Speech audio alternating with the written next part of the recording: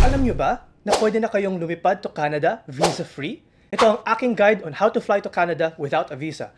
So as of June 6, 2023, in-announce ng Minister of Immigration, Refugees and Citizenship ng Canada na eligible na ang mga travelers na galing Pilipinas basta meron silang Electronic Travel Authorization or ETA.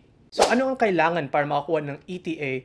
First, kailangan nyo ng passport, kailangan nyo ng credit card/debit card. Kung qualify kayo, kailangan nyo ng dating Canadian visa in the last 10 years. So kahit na-expired ng Canadian visa ninyo, basta within the last 10 years, meron kayong Canadian visa or US visa na applicable pa.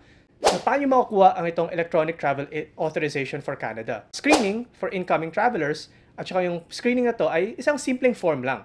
Ito ay isang digital travel document na mga visa-exempt travelers na kailangan nila kasi ito ay malilink electronically sa passport ninyo. At saka ito ay valid for up to 5 years or until expiration ng inyong passport, kung ano man ang mauna. Magkano nga ba? Ito ay 7 Canadian dollars lamang or 290 pesos lang para mag-apply para sa isang ETA. Ito ang paraan kung paano maka-apply ng ETA.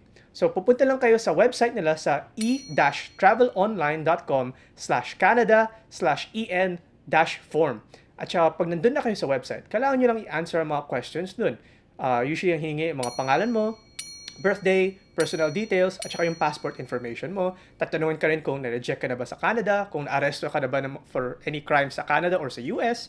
At saka pagkatapos doon, confirm mo lang yung information mo. Simple lang actually yung form na to. At saka magbabayad kayo ng 290 pesos gamit ng inyong credit card or debit card. Nabayaran nyo na, iintayin mo na lang yung email na confirm na meron ka ng ETA. At kung nakuha nyo ng ETA, pwede na kayo lumipad to Canada without renewing a Canadian visa or without getting a Canadian visa pa nga. Ako po ay si Solomon Sai, ang inyong kuya ng bayan.